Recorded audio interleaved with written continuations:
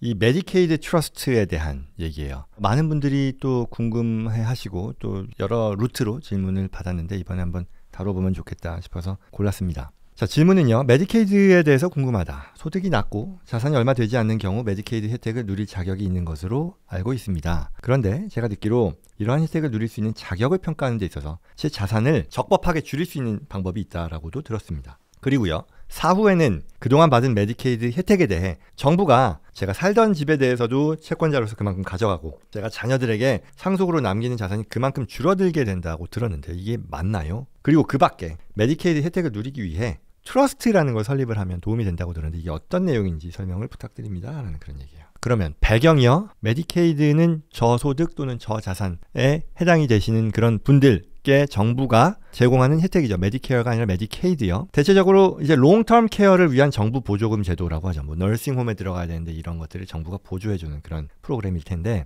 사실 주마다 자격에 대해서는 당연히 서로 다른 규정을 가지고 있고요. 그럼에도 일반적으로 모든 주에 공통적으로 적용되는 것은 저소득 그리고 저자산 분들께 혜택을 우선적으로 준다 또는 그들에게 준다. 뭐 말이 되죠. 왜냐하면 충분히 자산 많은 사람들한테 이걸 혜택을 줄 이유는 없잖아요. 이와 같은 복지 프로그램은 여기 저소득 저자산 스스로 해결이 안 되는 그런 분들께 드리는 게 맞을 테니 그런 건데 결국 이 말은요. 뭐 너무 당연한 얘기지만 다 쉽게 이해하시겠지만 그래도 풀어서 얘기를 하자면 자산이나 소득이 많으면 이 롱텀 케어를 위해 정부가 제공하는 메디케이드 혜택을 보기 전에 본인 소득, 본인 자산을 써야 되는 의무다. 쉽게 어렵지 않게 이해되죠. 그런 제도예요. 그러면 이제 내가 한 개인의 입장에서 보면 그래도 누릴 수 있으면 좋은 거잖아요. 혜택을 누린다는 것은 적법하게 누린다는 얘기를 하는 거예요. 뭐 너무 당연한 얘기죠. 자산을 불법으로 감추고 뭐 이런 얘기가 아니라 누릴 수 있는 혜택은 최대한 적극적으로 누린다는 얘기를 하는 겁니다. 예전에 보면 뭐 이렇게 한국 사람들이 뭐 이런저런 혜택을 부조리하게 누린다라는 그런 얘기들 뭐 댓글이 막 나오고 하는데 그런 얘기를 하는 게 아니라 자격이 된다면 적극적으로 누리는 건 권리이니까요. 그런 상황을 산정한다는 얘기예요. 메디케이드를 누리기 전에 누리는 데 있어서 제약이라는 게 우리가 고려할 수 있을 거예요. 뭐냐면 자 메디케이드를 내가 누리기 위해서 자산이 적건 아니면 누리지 못하기 때문에 내 자산을 써서 이런 롱텀 케어를 쓰건 어쨌거나 공통적인 것은 배우자나 자녀들에게 남기는 나의 상속 대상 자산이 감소된다라는 그런 문제가 있을 거잖아요. 이게 뭐 의료비를 위해서 내가 쓰건 써서 줄이건 아니면 메디케이드 자격을 위해서가 내가 줄였다라고 하면 상속 자산이 감소가 된다라는 얘기죠. 그리고 두 번째는 이 의료비를 내기 위해서가 아니면 메디케이드 자격을 위해서가 내가 만약에 가지고 있는 자산을 매각한다면 거기서 내가 원치 않는 내가 원래는 그냥 계속 가지고 있었으면 했을 텐데 라는 소득세, 양도소득세가 발생할 수 있잖아요. 과세 부담이 있을 수 있잖아요. 이런 것들이 우려되는 바이다 라고 얘기할 수 있는 거죠. 그리고 또 하나 가장 큰 문제점이 뭐냐면요. 또는 뭐 걱정하는 그리고 질문 많이 하시는 것은 뭐냐면 메디케이드 Estate Recovery Program이라는 게 있어요. MERP라고 얘기하는데요. 이거는 뭐냐면 메디케이드를 내가 누릴 경우에 생기는 제약인데요. 간단하게는 메디케이드 혜택을 누리는 수혜자들이요. 생전에 누리는 정부 보조금 있잖아요. 롱텀 케어 관련 정부 보조금에 대해서 사후에 내 자산에서 이거를 토해내야 된다. 갚아야 되는 그런 제도를 말을 하는 거거든요. 이해되시죠? 그러니까 내가 자산이 이렇게 있는데 메디케이드를 누렸어요. 그리고 나서 거기서 보조금 뭐 이런저런 목적으로 받을 거 아니에요. 그거를 쓰고 나서는 내가 세상을 뜨면 내 재산을 자녀들에게 상속하는 데 있어서 메디케이드에서 채권자로서 내 자산 중에 그 비용만큼을 먼저 가져간다는 얘기를 하는 거예요. 어렵지 않죠. 해당 자산이 뭐냐면요. 모든 주들이라고 얘기할 수 있을 텐데 프로베이스에 해당되는 자산들은 대부분 다 포함이 돼요. 뭐 은행 계좌가 됐건 거주 부동산 기타 투자자산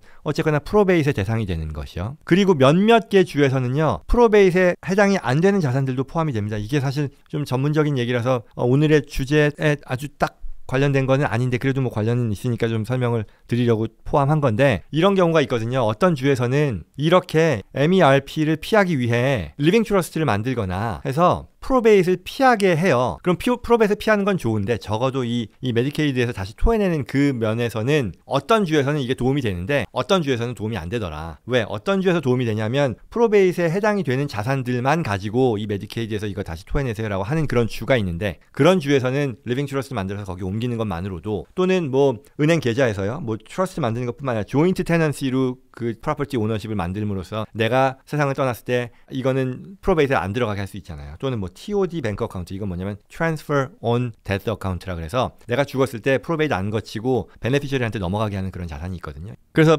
프로베이스를 피할 수 있도록 자산을 만들므로써 자산의 어떤 소유권을 만들므로써 이 MERP를 피할 수 있게 되는 주도 있는데 그렇지 않은 주들도 있다. 그러니 이거는 그와 같은 주, 캘리포니아와 뉴욕 우리 한인들 많이 거주하시는 그 주들이 다 포함이 되는데요. 리빙 트러스트로는 도움이 안 된다는 얘기예요. 그러면 이러한 상황을 피하기 위한 해결 방안이 뭐냐? 뭘 피한다는 얘기예요? 아까 얘기했던 이 MERP, 내가 메디케이드를 받았는데 사후에 내 자녀들에게 주는 그 자산에서 차감하게 된다라는 상황을 막기 위한 방법이 뭐냐 하면요, 첫 번째는요, 롱텀 케어 인슈런스를 사라 해요. 그렇죠? 이것도 내가 결국은 메디케이드가 보조해주는 내용이 롱텀 케어에 대한 내용인데 이걸 굳이 내가 메디케이드를 하지 않아도 커버할 수 있는 보험을 사면 메디케이드 피할 수 있는 거잖아요. 그러면 당연히 내 자녀들에게 넘어가는 그런 상속 대상 자산도 영향을 받지 않는 거라고 할 수 있겠고, 그렇죠?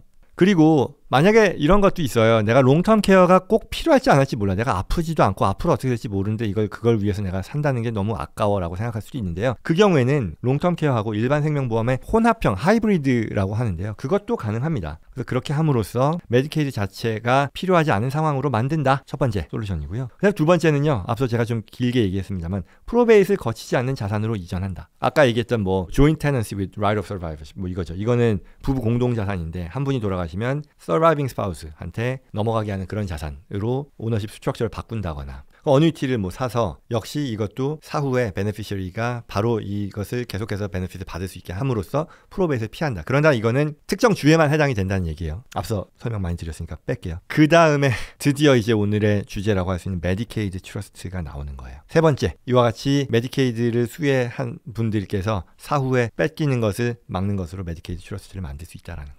자, 메디케이드 트러스트가 뭐냐를 보면요. 일단 트러스트요. 트러스트 뭐 하도 많이 말씀을 드려서 오늘 또 얘기를 해야 되나 싶긴 하나 그래도 얘기를 해야겠죠. 트러스트는요. 내가 어떤 목적을 가지고 만든 페이퍼 컴퍼니라고 얘기했어요. 정확한 표현은 아니지만 복잡하게 안 들어가고 우리의 어떤 쉬운 이해를 위해서 그냥 회사를 세운 거라고 볼 수 있다고 했어요. 그러면 거기에 내가 가진 자산을 옮기는 건데 거기에 뭐 이제 트러스티도 있고 베네피셔리도 있어요. 근데 그 얘기는 뭐 안 할게요. 어쨌거나 내가 가진 자산을 트러스트라고 하는 서류상의 회사를 만들어서 거기에 자산을 옮기는 건데 당연히 합법인데 종류가요. 두 종류가 있습니다. 뭐냐면 취소 가능 트러스트가 있고요. 취소 불능 트러스트라는 게 있어요. 제가 이제 쉽게 하는 말로 취소 가능 트러스트는 쉬운 트러스트라고도 하고요. 그리고 취소 불능 트러스트는 어려운 트러스트 그리고 무거운 트러스트라고 합니다. 취소 가능 트러스트는 쉬운 트러스트 또는 가벼운 트러스트라고 얘기하죠. 왜 그러냐면 취소 가능 트러스트는 우리가 대표적으로 얘기하는 게 뭐 취소 가능 뭐 리빙 트러스트인데 실질적으로는 내가 직접 가지고 있는 것과 이 트러스트를 자산을 옮긴 것이 아무런 차이가 없어요. 그리고 원하면 내가 그냥 다 리보크 취소할 수도 있어요. 그러니 이거 왜 하냐? 오직 프로베인만을 피할 수 있게 해주는 트러스트예요. 그것만으로도 충분히 얘의 역할을 다하는 거예요. 그게 취소 가능 트러스트고요. 그러니 소유권도 나예요. 여전히 이 트러스트의 명목상 오너십을 옮겼다 해도 실질적인 소유권은 법적으로 나예요. 변동이 없어요. 그런데 반해 취소 불능 트러스트는요. 어려운 트러스트, 무거운 트러스트, 고급의 트러스트라고 얘기했어요. 그러니 이건 좀 복잡하겠죠. 제공하는 혜택도 굉장히 더 많아요. 근데 중요한 것은 자산 소유권이라는 면에서 취소 불능 트러스트는 더 이상 내가 아니에요.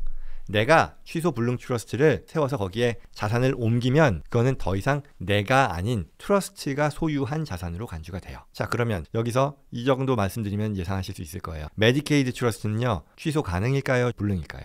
취소 불능이겠죠. 왜? 메디케이드 트러스트가 애초에 나중에 내가 메디케이드 혜택을 받고 나서 사후에 정부가 메디케이드에서 내 자산, 상속 대상 자산에서 일단 먼저 가져가는 거잖아. 내가 혜택을 본 만큼. 근데 그와 같은 상황을 피할 수 있기 위해서는 내가 사후에, 나의 사후에 이게 내 상속 대상 자산에 포함이 되면 되겠어요? 안 되겠어요? 안 되겠죠. 그러니 내가 이미 미리 이 메디케이드 트러스트라는 걸 만들고 거기에 내 자산의 일부를 옮기는 거예요. 그럼으로써 이거 내 거 아니야. 더 이상 내 거 아니야? 라고 얘기하는 거죠. 그러면 내가 메디케이드 혜택을 받기 위한 자격으로서의 자산 규모도 줄일 수 있겠죠. 1차적으로. 그리고 내가 사후에 내가 세상을 떠난 뒤에 메디케이드 혜택을 받았을 때 생전에 사후에도 내 재산에서 빼갈 텐데 그 해당 자산에서 이 트러스트로 옮긴 자산은 예외가 되겠죠. 빠지겠죠. 무슨 얘기인지 아시겠죠? 그러니 이 메디케이드 트러스트라고 하는 것은 내가 메디케이드의 수혜 자격을 높여주는 목적으로도 역할을 하는 거고 왜냐면 내 소유의 자산을 줄여주는 거니까. 그리고 내 사후에 정부가 가져가는 그 재산 낮춰주는 그런 역할 두 가지의 역할을 하게 된다는 그런 얘기입니다. 그래서 좀 더 이걸 풀어서 얘기하면 목적은요. 메디케이드를 받을 수 있도록 자격을 확보해 주는 거예요. 어떻게 저자산, 저소득을 동시에 달성하게라는 거고요. 그리고 내 자산에 대한 보호. 이게 뭐냐면 사실은 이름이요. 메디케이드 트러스트가 메디케이드 애셋 프로텍션 트러스트의 약자예요. 그냥 MAPT, 그냥 뭐 메디케이드 트러스트라고 하셔도 상관없는데 뭐 그렇습니다. 그러면 이렇게 설립을 해서요. 메디케이드, 물론 이게요. 메디케이드 트러스트 자격을 충족하기 위해서는 이거 어드밴스드 트러스트입니다.